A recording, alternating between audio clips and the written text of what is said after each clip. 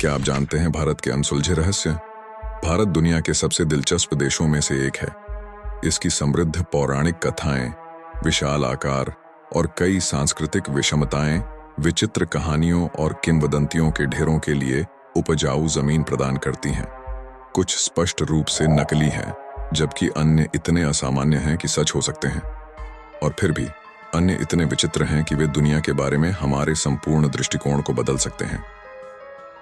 महान ताजमहल षड्यंत्र। इसमें कोई शक नहीं कि ताजमहल भारत की सबसे मशहूर और संभवतः सबसे खूबसूरत इमारत है। दुनिया के समकालीन आश्चर्यों में से एक मानी जाने वाली इस खूबसूरत सफेद संगमरमर की संरचना को मुगल सम्राट शाहजहां ने अपनी दिवंगत पत्नी की कब्र के रूप में बनवाया था। क्या यह नहीं था? कुछ मान्यताओं का दावा है कि ताजमहल कभी भी शाश्वत प्रेम की स्थापत्य अभिव्यक्ति नहीं था, जैसा कि इतिहास इसे याद करता है।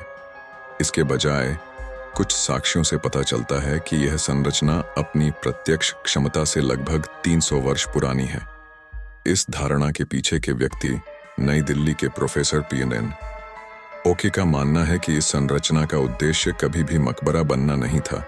उनका दावा है कि यह वास्तव में तेजो महालय है, जो भगवान शिव की पूजा के लिए समर्पित एक प्राचीन हिंदू मंदिर है। यदि यह सटीक है तो यह ताजमहल की कहानी को पूरी तरह से बदल देता है। दुनिया की सबसे मूल्यवान संरचनाओं में से एक का निर्माण करने के बजाय शाहजहां ने सिर्फ एक मौजूदा मंदिर को सजाया होगा और इसे अपनी दुल्हन को समर्पित किया होगा।